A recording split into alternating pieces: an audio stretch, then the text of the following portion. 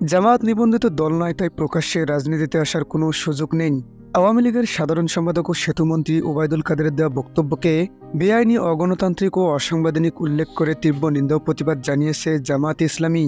রোববার গণমাধ্যমে পাঠানো এক বিবৃতিতে জামায়াতের সেক্রেটারি জেনারেল অধ্যাপক মিয়া গোলাম পরোয়ার বলেন, আওয়ামী লীগের সভানেত্রী ধানমন্ডির রাজনৈতিক কার্যালয়ে গতকাল আয়োজিত সাংবাদিক সম্মেলনে আওয়ামী লীগের সাধারণ সম্পাদক ও সেতুমন্ত্রী ওবায়দুল কাদের বলেছেন, জামায়াত নিবন্ধিত দল নয়, তাই প্রকাশ্যে রাজনীতিতে আসার কোনো সুযোগ নেই। এই বক্তব্য বেআইনি, অগণতান্ত্রিক ও অসাংবিধানিক। আমি তার এমন বক্তব্যের তীব্র নিন্দা ও প্রতিবাদ জানাচ্ছি। তিনি আরও বলেন, জামায়াত ইসলামী একটি নিয়মতান্ত্রিক, গণতান্ত্রিক রাজনৈতিক দল।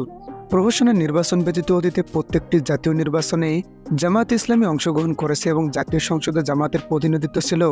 অতীতে উপজেলা নির্বাচনেও জামায়াত ইসলামী বিপুল সংখ্যক প্রতিনিধি নির্বাচিত হয়ে জনগণের সেবা করেছেন। একটি নির্বাচনমুখী দল হিসেবে জামায়াত নির্বাচনের মাধ্যমে জনগণের নেতৃত্বে পরিবর্তনের লক্ষ্যে কাজ করে যাচ্ছে। জামায়াত ইসলামীর অব্যাহত জনপ্রিয়তায় ঈর্ষান্বিত হয়ে সরকারের মদদে জামায়াতের নিবন্ধন বাতিলের জন্য পরিকল্পিতভাবে মামলা দায়ের করা হয়। মামলাটির শুনানি ব্যতি রেখে ডিসমিস ফর ডিফল্ট করে দেওয়া হয়। তিনি বলেন, জামায়াত ইসলামী রাজনীতি করা ও মানবতার কল্যাণে ভূমিকা রাখার ব্যাপারে কোনো আইনি প্রতিবন্ধকতা নেই। জামায়াত ইসলামী দেশের আইন ও সংবিধান মেনে দেশের প্রকাশ্যে রাজনীতি করে আসছে। এতে বাধা দেওয়ার এখতিয়ার কারণেই সরকার বিগত 15 বছর যাবৎ বাংলাদেশের বিরোধীদের মতের কাউকে রাজনীতি করতে দিচ্ছে না, এমনকি কথা বলার অধিকারও হরণ করা হয়েছে। গোলাম পরোয়ার বলেন, ওবায়দুল কাদের জামায়াতকে টার্গেট করে যে বক্তব্য দিয়েছেন তা জনগণ প্রত্যাখ্যান করেছে। জামায়াতের রাজনীতি জনগণের কল্যাণ এবং জনগণের জামায়াতের সঙ্গে আছে।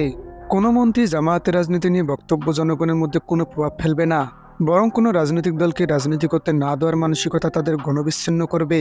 ওবায়দুল কাদেরের বক্তব্য তাদের রাজনীতির দেউলিয়াত্বের পরিচয় মাত্র।